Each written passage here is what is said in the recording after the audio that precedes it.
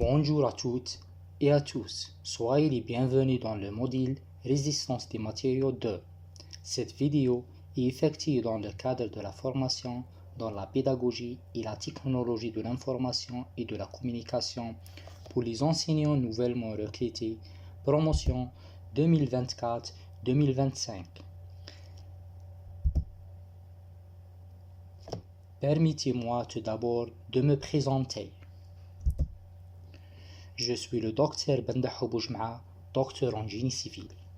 Je suis actuellement maître assistant classe B au centre universitaire Salhi Ahmed Naama, Institut de la technologie, département de génie civil et travaux publics. Pour toute question éventuelle, veuillez me contacter sur mon adresse email.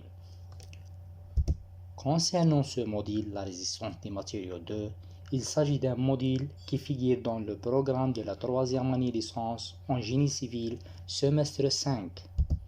Ce qui est des contenus horaires, il comprend 1h30 de cours et 1h30 de travaux dirigés par semaine, répartis sur un semestre de 15 semaines. Ce module est évalué avec un coefficient de 2 et attribue 4 crédits universitaires. Concernant les objectifs du cours qui sont prévus à son terme, l'apprenant sera en mesure de maîtriser plusieurs compétences clés pour lui permettre d'approfondir ses connaissances en résistance des matériaux. L'apprenant sera capable d'identifier le type de sollicitation composée exercée sur une structure. De plus, il peut évaluer les contraintes externes dans la section la plus sollicitée dans une structure. Aussi, il peut déterminer les valeurs des efforts internes dans les systèmes entrayés. Enfin, il sera capable de déterminer les déplacements et les rotations dans une structure sur différents types de charges, en utilisant les méthodes énergétiques.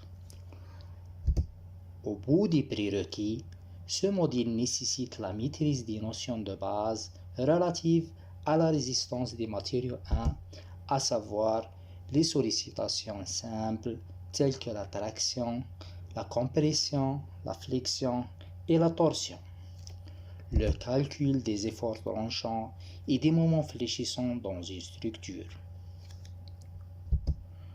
Concernant le mode d'évaluation, ce dernier est structuré autour d'un contrôle continu basé sur des devoirs à domicile et des tests représentant 40% de la note finale, de plus d'un examen semestriel qui compte pour 60%. Nous arrivons à la fin de cette vidéo. Merci de m'avoir prêté attention.